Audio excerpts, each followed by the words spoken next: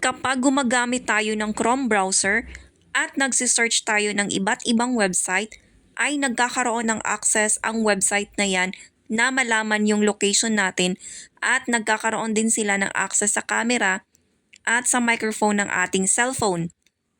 Ngayon, ituturo ko sa inyo kung paano i-turn off yan at para maiwasan na malaman nila ang ating personal information. Una ay buksan lamang ang ating mga Google Chrome at i-click ang 3 dots sa taas.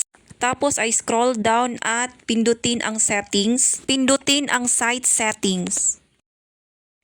Dito ay makikita natin itong location, camera at microphone na kapag click natin ay mababasa or para bang ina-allow natin na lahat ng mga sites na lagi nating ino-open na malaman ang ating location, magkaroon ng access sa camera at access sa microphone ng ating cellphone. Kaya naman ay i-turn off natin itong location, camera at microphone para maging lahat ng activity natin dito at para magkaroon na din tayo ng privacy habang nagsisearch tayo dito sa Chrome browser.